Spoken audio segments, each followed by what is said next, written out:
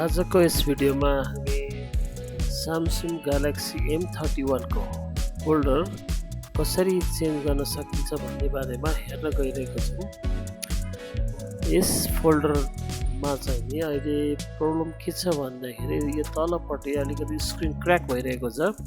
त्यसकारणले गर्दाखेरि यो मोबाइलको फोल्डर चेन्ज गर्न गइरहेको छौं। त्यसको लागि पहिला हामी सिम ट्रे बाहिर निकालौं। त्यसपछि नङ अथवा ओपनरको सहायताबाट ब्याक कभरको लकहरूलाई ओपन गरौँ वा रिलिज गरौँ।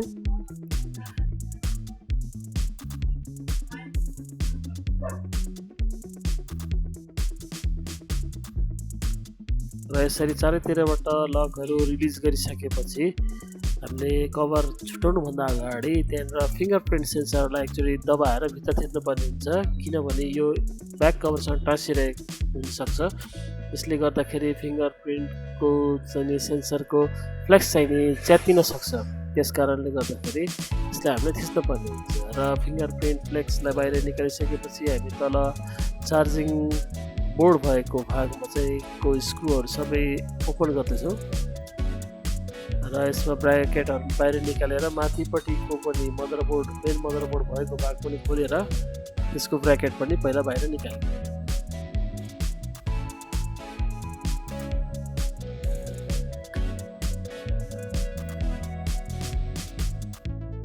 यसरी ब्राकेट निकालिसकेपछि पहिलो सुरुमा हामीले ब्याट्रीलाई डिस्कनेक्ट गरौँ र त्यसपछि हामीले डिस्प्ले फ्लेक्स केबललाई चाहिँ के त डिस्कनेक्ट गर्ने।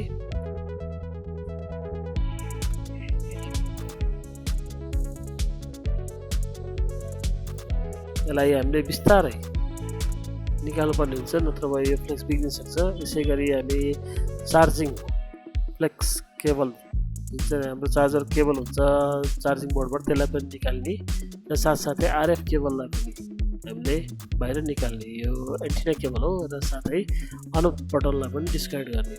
र यहाँनिर म मेन मदरबोर्डलाई खोल्न गइरहेको छु, किन भन्दाखेरि यसलाई हामीले सेपरेटरमा राखेर तताउनु पर्ने भएको कारणले बोर्डमा तताउँदाखेरि केही समस्याहरू हुनसक्छ। त्यस कारणले गर्दाखेरि यसलाई चाहिँ नि पहिला नै बाहिर निकाल्नु पर्ने हुन्छ र अब हामीले यसलाई सेपरेटरमा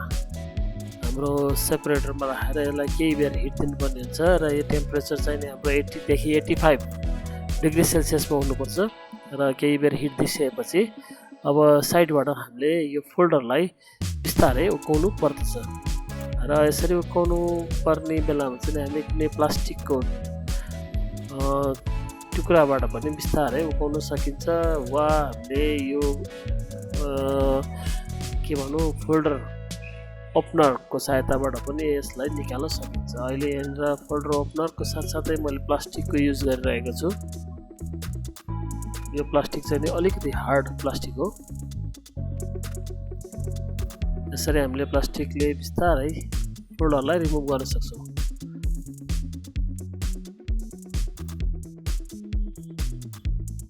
अब यो पुरानो फोल्डर रिमुभ भइसकेको छ। अब नयाँ फोल्डर चाहिँ हामीले यहाँनिर लिएर आउँ र नयाँ फोल्डरलाई राख्नको लागि एकपटक यसलाई पहिला टेस्ट गर्नुपर्ने हुन्छ र मैले जुन कि पहिला टेस्ट गरिसकेको छु र नयाँ फोल्डर लाउनुभन्दा अगाडि यहाँ भएको पुरानो ग्लुहरूलाई सफा गर्नुपर्ने हुन्छ। यो ग्लुलाई सफा गरेर भनेदेखि फोल्डर राम्रोसँग नबस्ने वा बसे पनि फोल्डरमा केही व्हाइट दागहरू देखिन सक्ने ग्लुको कारणले भएको हुनाले अब हामीले यसलाई राम्रोसँग सफा गर्नुपर्ने हुन्छ।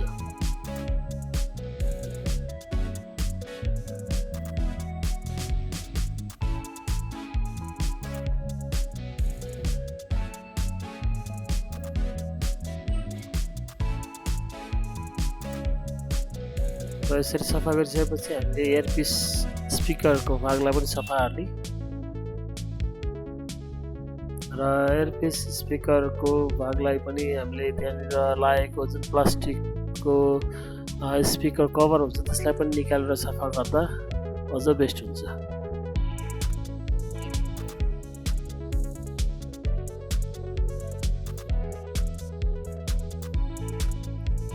र हामीले हाउसिङ चाहिँ नि बेन्ड भएको छ कि छैन चेक गर्ने र हाउसिङ बेन्ड भएको खण्डमा चाहिँ हामीले हल्का हल्का थिचेर प्रेस गरेर हाउसिङलाई हामीले सिधा लेभलमा ल्याउनु पर्ने हुन्छ ताकि फोल्डर लाउँदाखेरि हाम्रो फोल्डर नउठोस् वा फोल्डर हाम्रो क्र्याक नहोस्।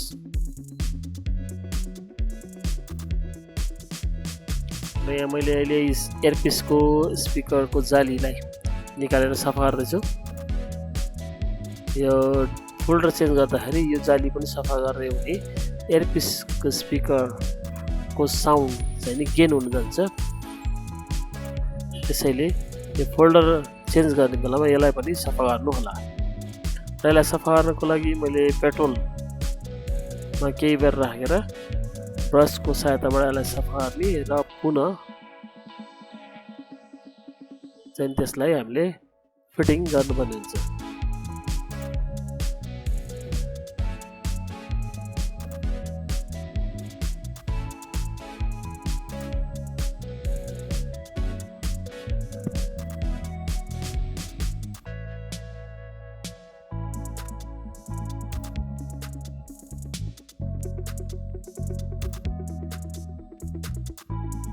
र यसरी यसलाई फिक्स गरिसकेपछि हामीले यहाँनिर ग्लु युज गर्ने। ग्लुमा चाहिँ नि रिलाइफको CP 0001 भन्ने ग्लु चाहिँ नि एकदमै बेस्ट हुन्छ।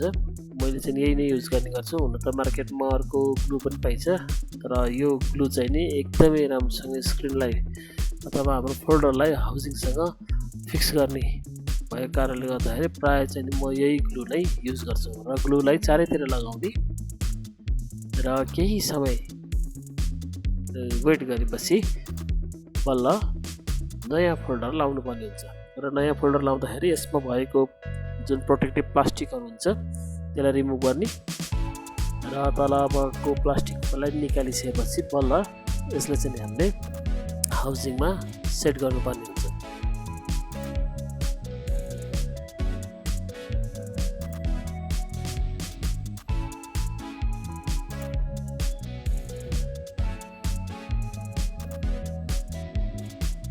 र यसरी सेट गरिसकेपछि यसलाई हल्का प्रेस गर्ने। धेरै जोडले चाहिँ प्रेस गर्नु हुँदैन।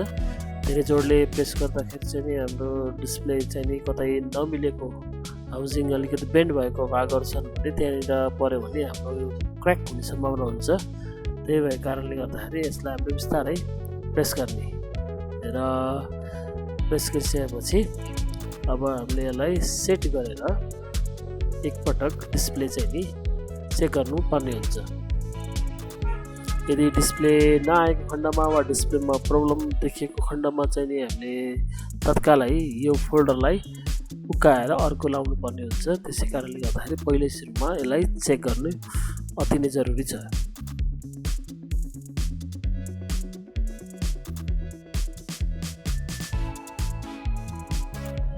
यहाँ डिस्प्ले आइसकेको छ। यसको माने फोल्डर एकदमै ठिक छ भन्ने कुरा बुझिन्छ। र अब यसलाई ग्लु सुक्नको लागि केही समय लाग्न सक्छ।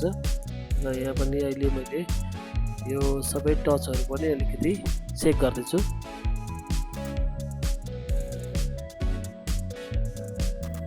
कहिलेकाहीँ चाहिँ हामीले यो फोल्डरलाई फिक्स गर्दाखेरि बेसकन रबर टाइट गर्दाखेरि चाहिँ नि हाम्रो कहिलेकाहीँ टच नचल्न सक्ने हुन्छ। यसलाई हामीले सेट गर्नको लागि क्ल्याम्प पनि युज गर्न सकिन्छ। र क्ल्याम्प नभएको अवस्थामा हामी रबरले पनि यसलाई फिक्स गर्न सकिन्छ। अहिले मैले क्ल्याम्प लगाएर यसलाई सेट गरिरहेको छु।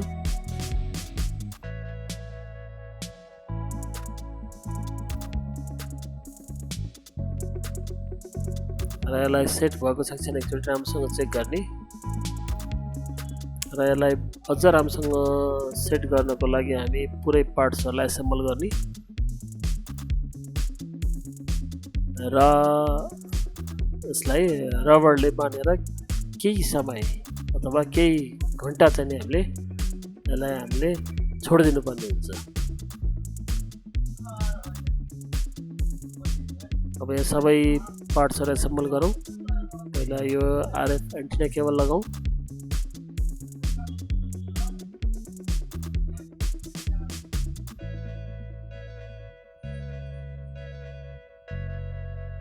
अब यो ब्र्याकेटहरूलाई लगाएर स्क्रुहरू टाइट गरौँ।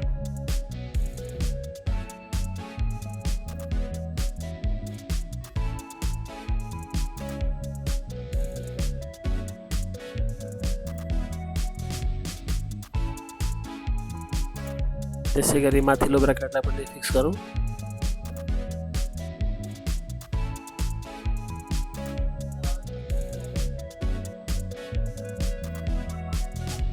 यसरी फिक्स भइसकेपछि फिङ्गरप्रिन्ट सेन्सरलाई पनि कनेक्ट गरौँ र ब्याक कभरलाई सेट गरिदेऊ।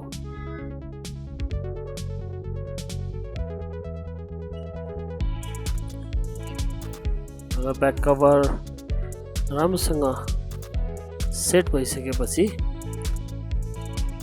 यसलाई केही समय डिस्प्लेलाई रबरले बाँधेर हामीले फिक्स गरौँ।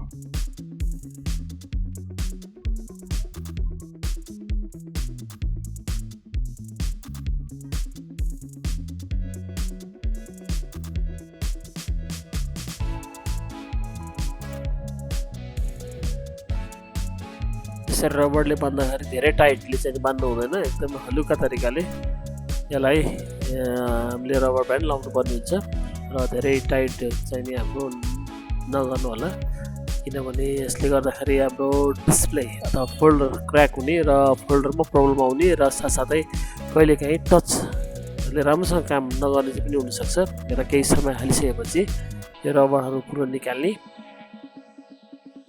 र साइडमा रहेको जुन चाहिँ नि एक्सेसिभ हाम्रो ग्लुहरू छ त्यो ग्लुलाई हल्का हातले मार्ने र सबै सफा हार्ने र अगाडिको प्लास्टिक रिमुभ गरौँ र यसमा हामीले एउटा प्रोटेक्टिभ चाहिँ के भन्छ स्क्रिन गार्ड चाहिँ नि फिक्स गरौँ र स्क्रिन गार्ड अथवा टेम्पर ग्लास चाहिँ नि लगाउँदा राम्रो हुन्छ र अहिले म यसमा टेम्पर ग्लास पनि लाउन गइरहेको छु।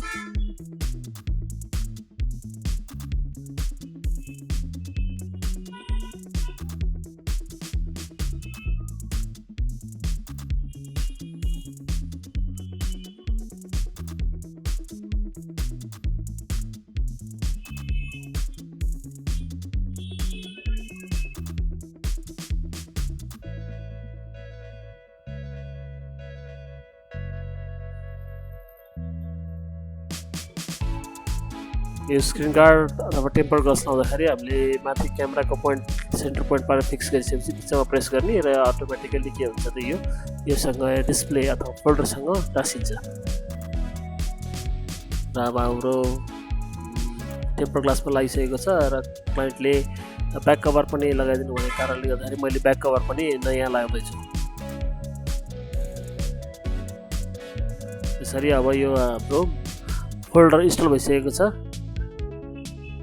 र अब हाम्रो मोबाइल रेडी भइसकेको छ। धन्यवाद।